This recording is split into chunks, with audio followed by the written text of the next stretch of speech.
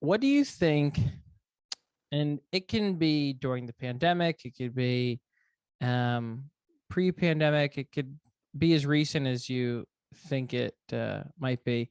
What do you think? Like the last real good old fashioned like bomb that you have had is like just doesn't have to be anything crazy. Just like, yeah, it's not working tonight.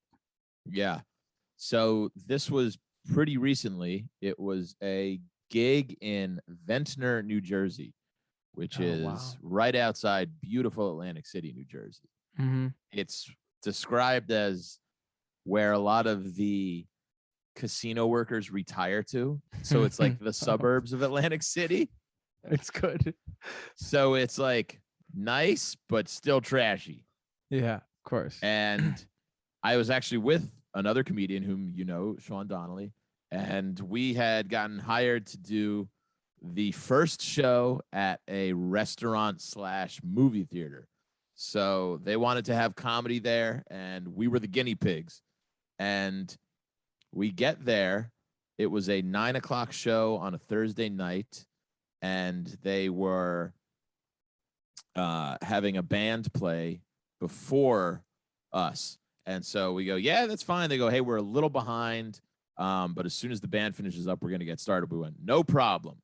So if you don't mind, like just backtracking a month before we got booked for it, I didn't want to do this gig at all because Atlantic City is just far enough away from New York where you can't leave at like 7:00 and make a 9:00 show. And if you just leave at, let's say 5, you're just stuck in traffic. So you have to leave in an ungodly early amount of time to get to this show. Right. So we just decided to leave and sit in traffic. It was already a pain in the ass to get there. So we get there and we go, yeah, that's, whatever, start whatever. So they go, would you like to see the space? And we go, yeah, sure. So we go upstairs and we see this dining room, which is what it is. They go, you guys are going to be over there. And they point to this area, which is right in front of the kitchen. And we're thinking, well, there's no way that the guys are still going to be back there when we do our show.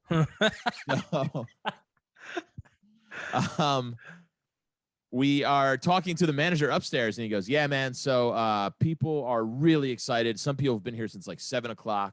And I'm like, 7:00?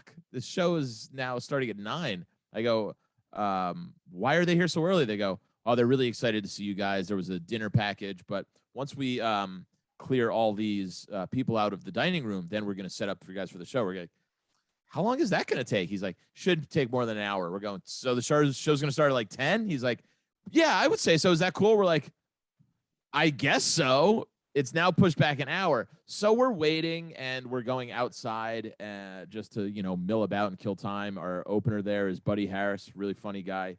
And we start hearing and seeing couples walk out of the restaurant just going, I'll never come here again. I mean, an hour and a half, this is ridiculous. I can't wait for my food this long. The 2 hours, what's going on?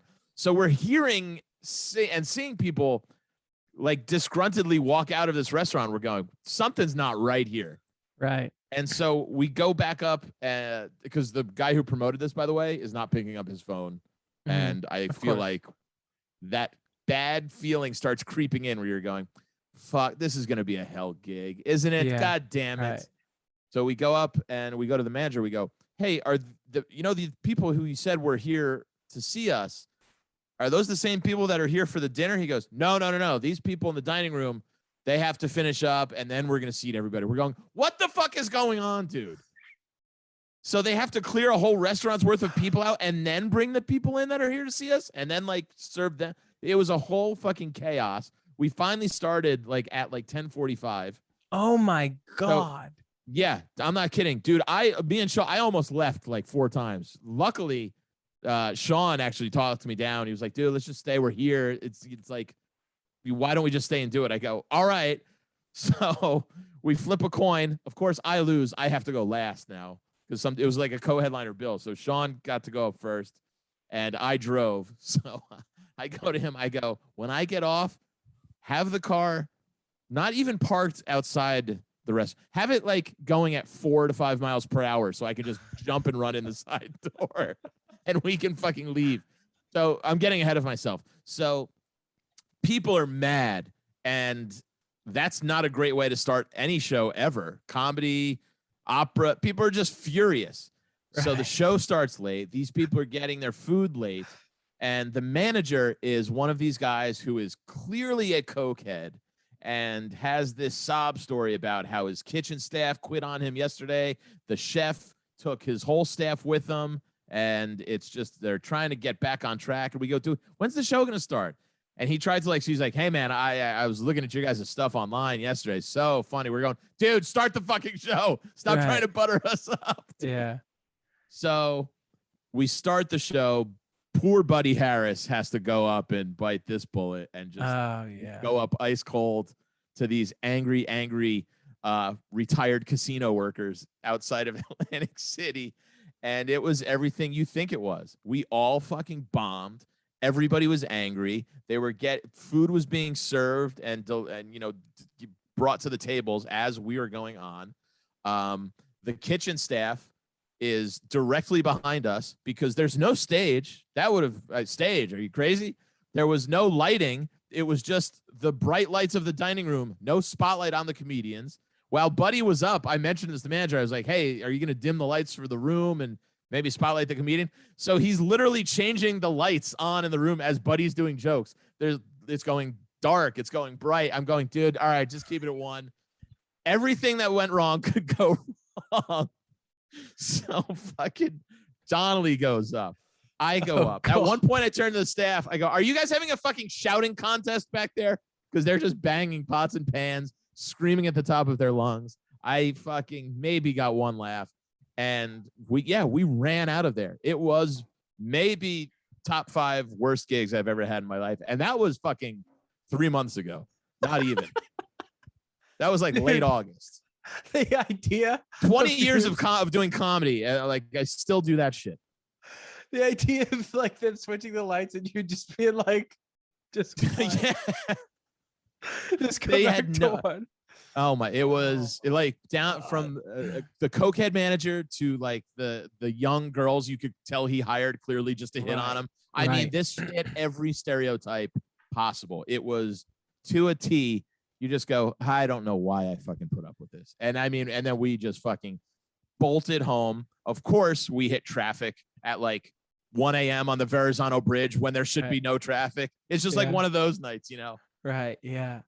Dude, that you said it a little bit earlier.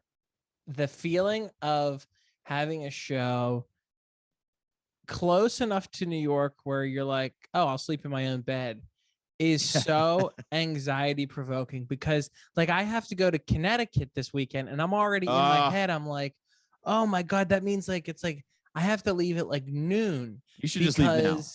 Right, dude. I have a gig in Jersey in like 3 weeks and I have to be there at 4 o'clock for a sound check.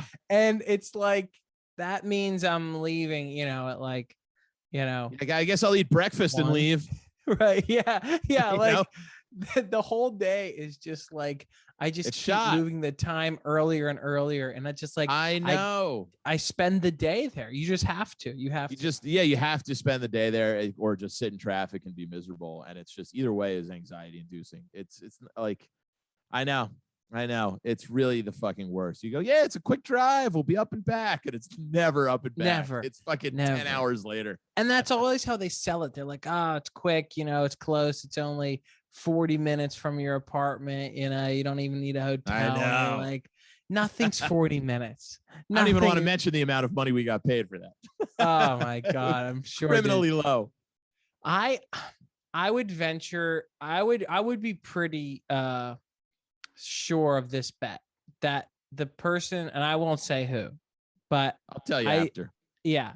The person that booked this show also booked a room that I know that you and Donnelly did in Wildwood, New Jersey. 100% accurate. And because I've done that room too. And dude, I did that room over the pandemic.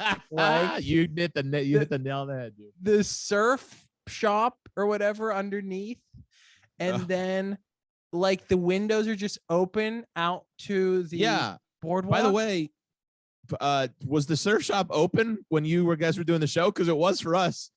I It was up there. I'm was. going, there's customers down there. I've been cursing like a fucking sailor. I'm sorry. All right, so this is a little bit off track, but I feel like you would appreciate this. So I did that show with, do you know Jimmy Schubert? Yeah, yeah. Just like legend, you know what I mean? Totally. Like Machine Gun. I did that with him. It was a host, me, and then Jimmy. And we did 2 shows. It was 2 shows.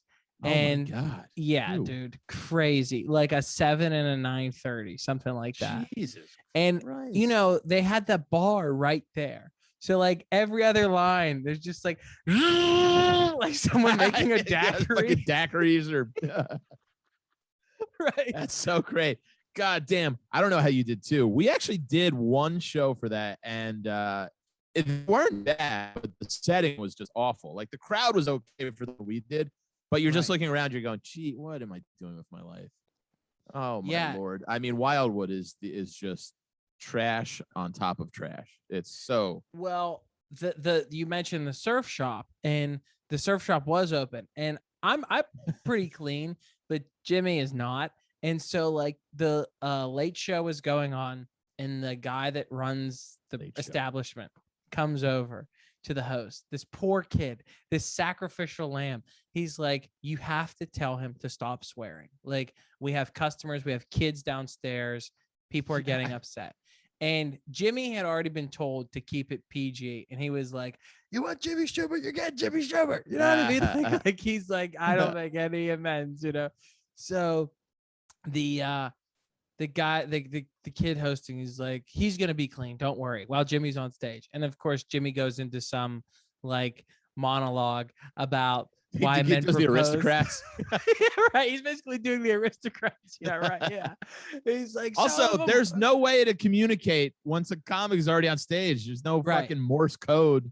Like, what are you gonna hand him a note? Get the fuck out of here. Well, even better. So the guy that runs it, he's like goes to walk away, and Jimmy starts dropping the F-bomb again. He's swearing a ton as soon as this guy walks away. And he comes back up to the host. He goes, if you don't go over there and tell him to be clean, I'm going to pull the plug out of the speaker and the show is over. Pull the plug, man. Yeah, that's what I'm looking at this kid. I'm like, you cannot walk pull the plug and interrupt Jimmy Schubert. No, 100%. This kid, he goes, all right, middle of Jimmy's joke, he just sort of walks. He approaches like the stage, right? He walks, and Jimmy just looks at him. He's like, what are you doing? And he's like, and he like goes over and whispers in his ear and like walks away. And Jimmy's just like, well, I guess they want me to be clean. I guess we're using too many adult words up here. And then goes into like the most curse-filled tirade of just like the establishment, where we were, the windows, the bar. Like, oh, it was insane. And I don't know if they did comedy after that. I mean, they were very upset. Yeah. That's hilarious. I also don't think the venue we did lasted more than 2 more shows after us. So, yeah. Because bad decisions all around. Yes. These people just go like, I guess when you like, you get a venue, they're like, yeah, we'll do comedy, not knowing like all that it entails, Yeah, I know. And they just say yes. And then they're at the end of the night, they're like, yeah, we're unpleasantly surprised to have everything like Yeah.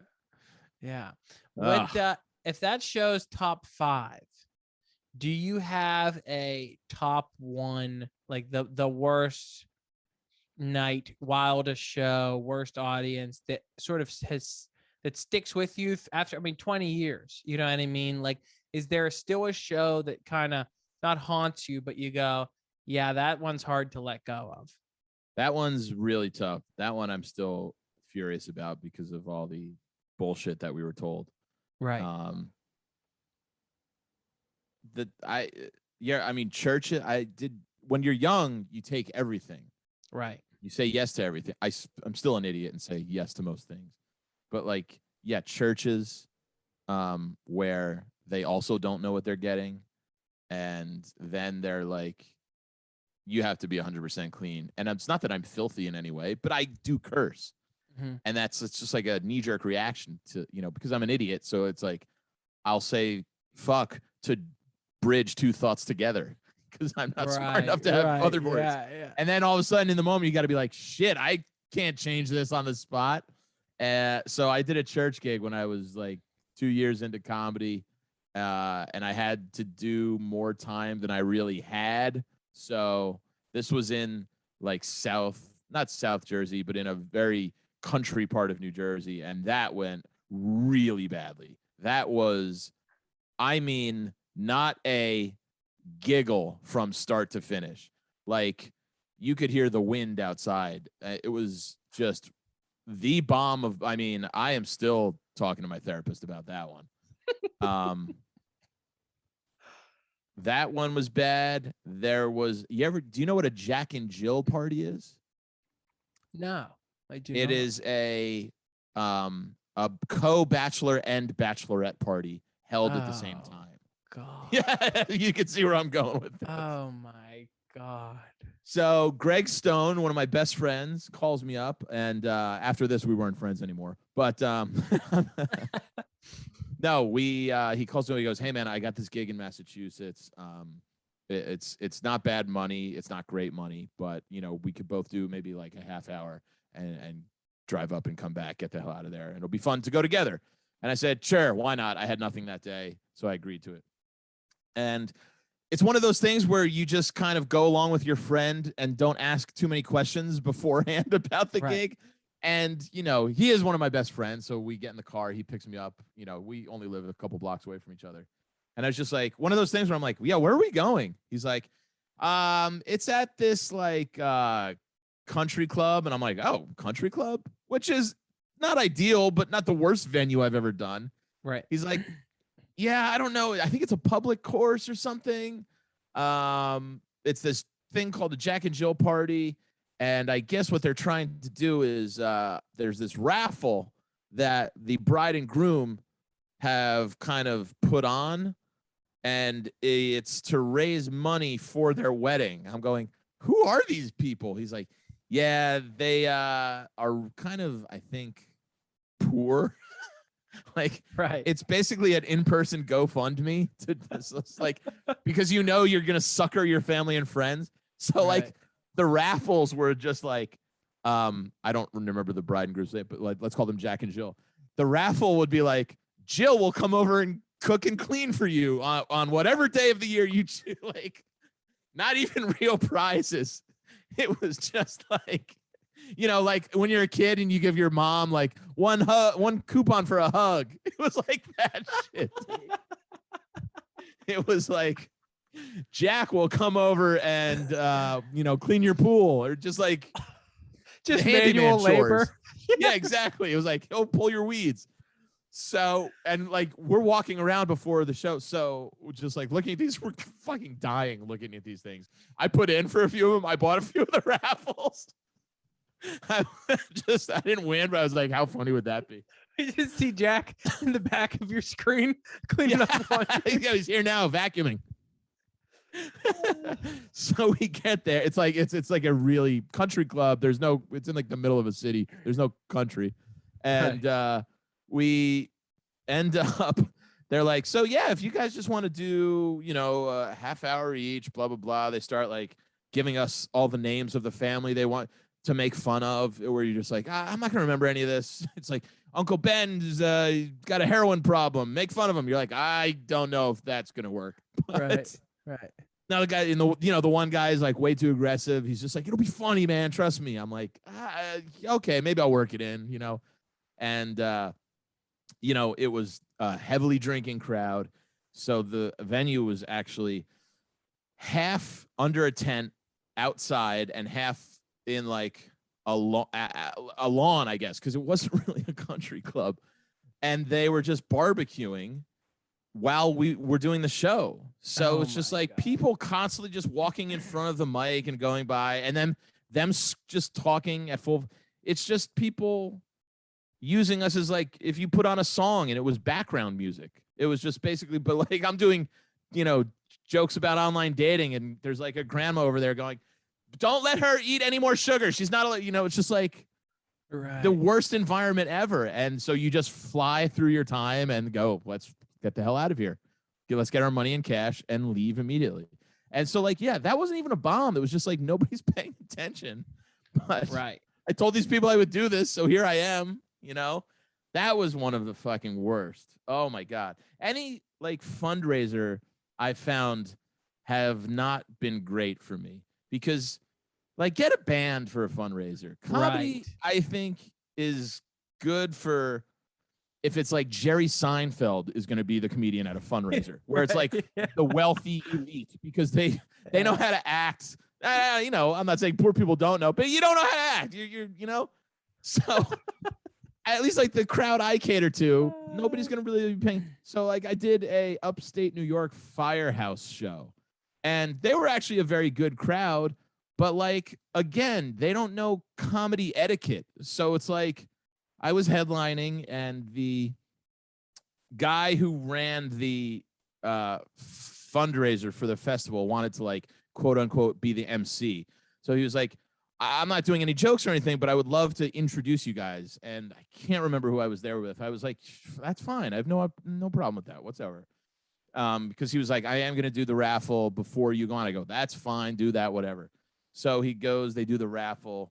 And he goes, now, guys, you're a headlining comedian, blah, blah, blah, blah, blah. Andy Fiori, everybody. As I'm walking on stage, a megaphone from the back of the room. It's like the woman who I think was his wife. Maybe not. She seemed a little older. She just goes into a megaphone. She's like, and also, ladies and gentlemen, coffee and dessert is now being served at the back of the room. And you just see a migration of people get up literally as I'm walking to the front of the stage to do this routine. I swear to God, dude. Oh my God. Like fucking yeah. Oh, so Dude, what is it with these megaphone? these megaphones? What's with these megaphones? Yeah. What is it with like these private shows? Like, cause the money's usually decent and it's like it always comes when you don't have anything else booked, and you're like, well, I could use it. And what is it though? Like where these people just go, yeah, I think we could do this. Like with no, is it just a lack of knowledge? I think so. I like to give people the benefit of the doubt, and it is a fun idea in concept. You're like, yeah, we'll get a comedian here and it'll be fun. And it's not that you're wrong to think that, but the majority of them knowing how to get everything right is 2%. Right. Yeah. So because it really is an easy thing. It's if you look at successful comedy clubs, they're low ceilinged, tightly knit packed, rooms that sound good and everybody's attention is in one spot. These like ad hoc fundraisers are these massive ballrooms with high ceilings and everybody is spread out and there's 15 feet between every people and like there's zero stage, there's no lighting. And it's just like those little things make all the difference in the world. You know what I mean? Right. So it's like, it's just that whoever is producing the fundraisers they don't know how to make the settings for a comedy show work. I mean, let's not discourage the process because you and I are still going to need these gigs. But right.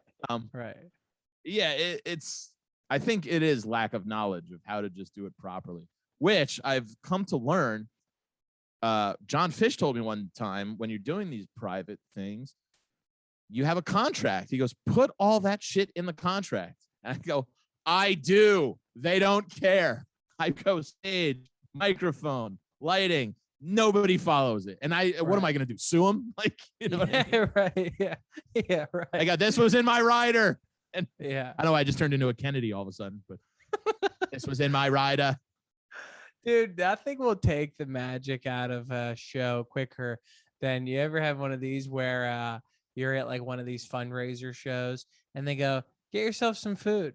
And then like you just in line with people that you're about to perform for, like spooning mashed potatoes onto your plate.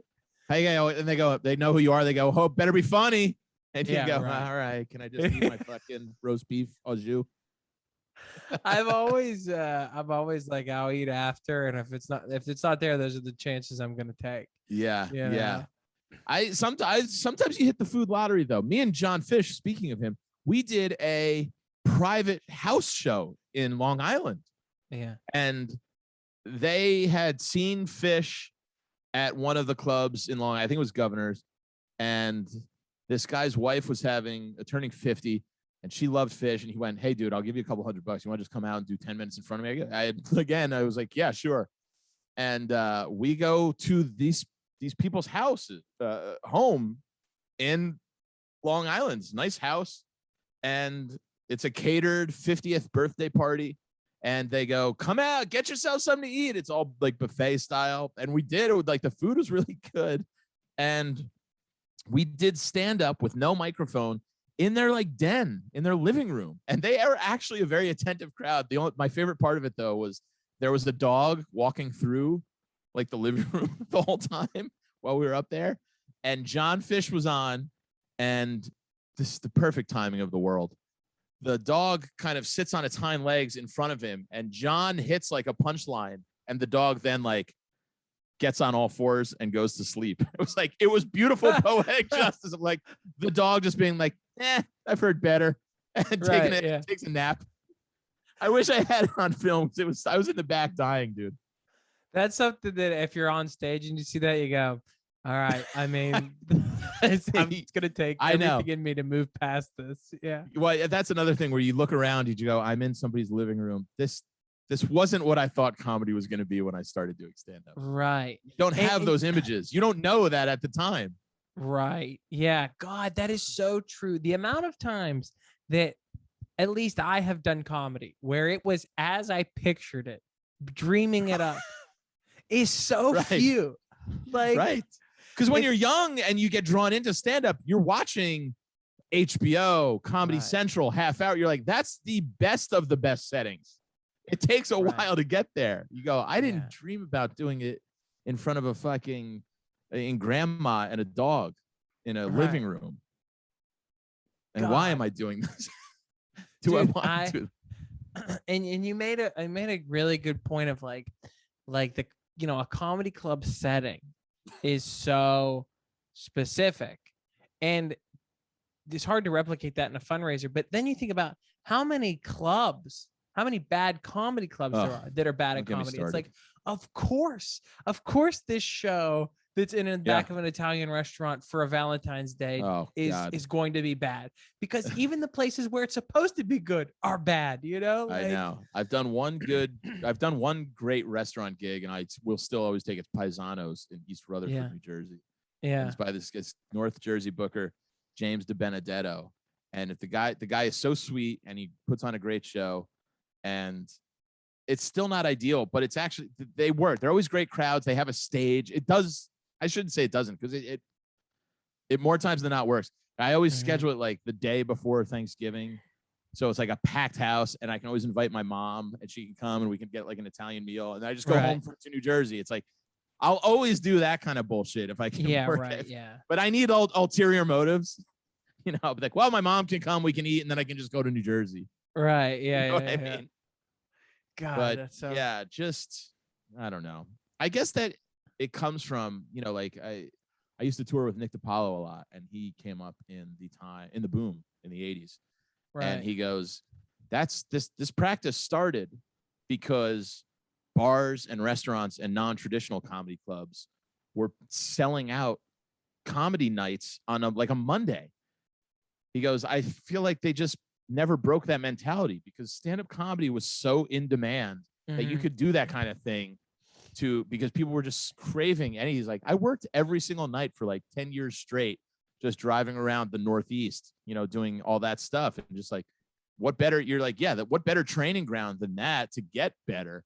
But like, then, now you get to a point where you're like, well, I have to take this because I need to pay rent.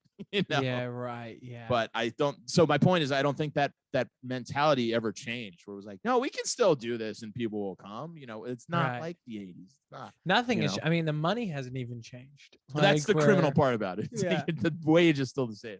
Yeah. It's like, all right, so you're going to be driving in, no hotel, No Right. food, of course. You know, if you get some food, just let them know you're with the club. You get a 10% Yeah. discount. Maybe we'll give you half off. Yeah, right. Yeah. No steak or no steak though. Dude, that is that people Isn't that think great? that's not true. That is so true. The menu like taped to the wall, and it's just like these comics cannot order steak and the shrimp So scampi. funny. Yeah. I mean, I always say this, like, what other profession? Like, if you worked at like a health insurance company and you went in one day and they said, hey, you're not allowed to eat certain things for lunch. Like we want you to eat things that are cheaper, and you just can't. You can't have like a nice lunch. You would just quit. People would quit. They would be Yeah. like, this is unlivable, like the way Yeah. these conditions. But My friend Julie works for Google, yeah, and she goes, it's criminal, like how I get treated versus how she lives on a day-to-day basis on like the right. Google. They call it a campus. And she goes, we were over COVID. Speaking of hell gigs, every COVID Zoom gig Yeah. brought a whole new meaning to hell gigs. But we were catching up over Zoom, and I was just like, so you guys, she was like, I miss not being at work every day. I was like, really? I'm like, she was like, yeah, I work at Google. She's like, yesterday I had a crick in my neck, so I went and got a massage at our on-site. I'm like, Jesus Christ. Right. It's like stuff like that. It's like absolutely the greatest catered lunches every day. Right. On-site masseuses, like hot air balloon rides home or like something ridiculous. You're like, yeah, I also have a crick in my neck because I drove 13 hours right. to do a bar show and couldn't afford a hotel room. Yeah. Oh my God. Before we get out of here, I love to know what is your like post bad show, rough show, bomb, whatever it is. What is your sort of vice, your thing that pulls you out of that slump a little bit? Well, I'm pretty easy. It's you just give me the next great set that you have. Mm-hmm. Really, usually erases that for me. Yeah, because that always brings me back to, oh, this can be so great when it is great. Do you know what I mean? right. Like, so yes, yeah.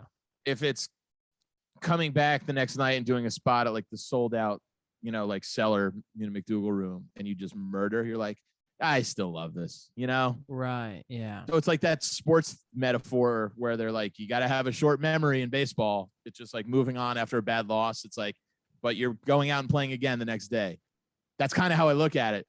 But I love telling like I told that fucking Ventnor story all week when I came home. Just to anybody who was listening, I was like, you would not believe what happened to me last night. So it's like you get it out of your system, but you move on to play another game. You move on to live another day, and usually just one great set is all it takes for me to just go, I really do love this. So I think I'm pretty easy when it comes to that. It's almost abusive where you're like, just you have like 2 months of just like trauma and then one good set and you're like, I think I'll stick around. Absolutely. Yeah. It is an abusive husband, and we're the wives that don't leave, and nobody else understands why, but you're like, no, you don't know how he's really nice sometimes. Yeah. And every stage is a doorknob and we just keep falling into.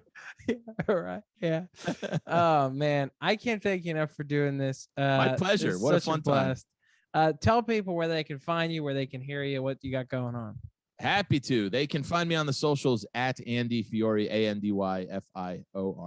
And November 4th, I'm actually doing a long set at the Comedy Cellar at the Fat Black Pussycat. Just go to comedycellar.com for tickets. November 9th, I'll be at Soul Joel's. I don't know if they're in the Dome or not anymore. So just go to souljoels.com or whatever, or go to andyfiori.com for all my dates. I'm with Tom Papa for a bunch in November. He's just the funniest. I'll be opening up for him in November. So just give me a follow and you can see all my stuff. I'll be shooting a special in March, which is so far away, at the New York Comedy Club. I'll be shooting it and taping it for a new album. So I would love everybody to come out for that. But Con, thanks for having me, man. I could talk about this shit all day. Such a blast, dude. Yeah, man. It's my favorite. Well, thanks for doing this, buddy. I really appreciate it. Anytime. All right, sweet, dude. Well, that thanks, was great. man. I hope it was okay.